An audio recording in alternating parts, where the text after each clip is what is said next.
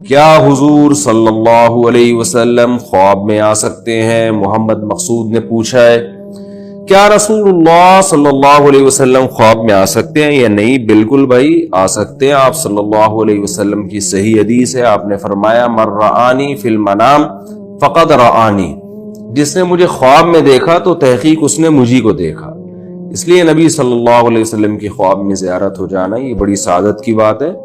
البتہ آپ صلی اللہ علیہ وسلم خواب میں آ کے جب کوئی بات کہیں گے تو اس کو ایز اٹ از نہیں لیا جائے گا، بلکہ اس کی تعبیر نکالی جائے گی، تعبیر کی جائے گی، اس کو قرآن و سنت پہ پرکھا جائے گا کہ اس کے مطابق اس کا مطلب لیا جائے گا۔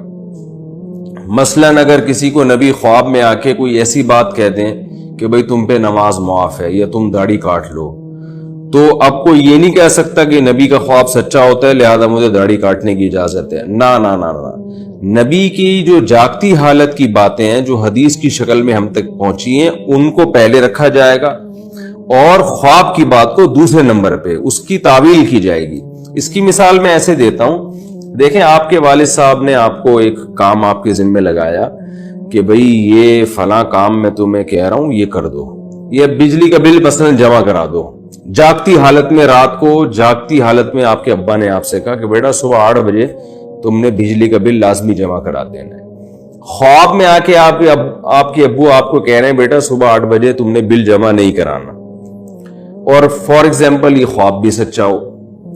اب آپ جب صبح 8 بجے اٹھتے ہیں تو کیا کریں گے؟ بل جمع کرائیں گے کہ نہیں کرائیں گے؟ ظاہر ہے کرائیں گے، اس لیے کہ اگر آپ نے بل نہیں جمع کرایا اور ابا نے آپ سے پوچھا کہ میں نے تمہیں رات کو کہا تھا کہ بل جمع کرا دینا، آپ کے ابا خواب میں آپ نے کچھ اور کہا، تو ابا کہیں گے میں جاگتے ہوئے جو کہہ رہا ہوں اس کو فوکس نہیں کر رہے، خواب کو زیادہ اہمیت دے رہے ہو۔ تو خواب کی اپنی جگہ اہمیت ہے لیکن اتنی نہیں جتنی جاگتی حالت میں باتوں کی اہمیت ہوتی ہے۔ تو ہاں، رات کو جو ابا نے خواب میں آگے کہہ دیے کہ جمع نہیں کرانا تو اس میں کوئی تعویل کی جائے گی اس کی، تو وہ تو خواب جھوٹا بھی ہو سکتا ہے، لیکن رسول اللہ صلی اللہ علیہ وسلم جب بھی خواب میں کوئی ایسی بات کریں تو اس کو قرآن و سنت پہ رکھا جائے گا اور اس کے حساب سے اس کی تعویل کی جائے گی۔ یہ اس لیے کہہ رہا ہوں کہ آج کل بہت سارے جاہل پیروں نے خوابوں پہ ایک پورا جو ہے نا وہ شریعت کا ایک عمارت کھڑی کی ہوئی ہے، اور کہ مجھے نبی نے خواب میں یہ فرمایا تو مجھے نبی خواب میں یہ فرمایا۔ ان میں بہت سے جھوٹے ہوتے ہیں، خواب آیا نہیں ہوتا، اور اگر آیا بھی ہے تو اس کی ایک تعبیر ہوتی ہے۔ تو اس لیے خواب میں تو آنا، نبی صلی اللہ علیہ وسلم کی زیارت ہونا یہ بڑی اچھی بات ہے، لیکن اس کی وجہ سے شریعت کا کوئی مسئلہ تبدیل نہیں ہوگا۔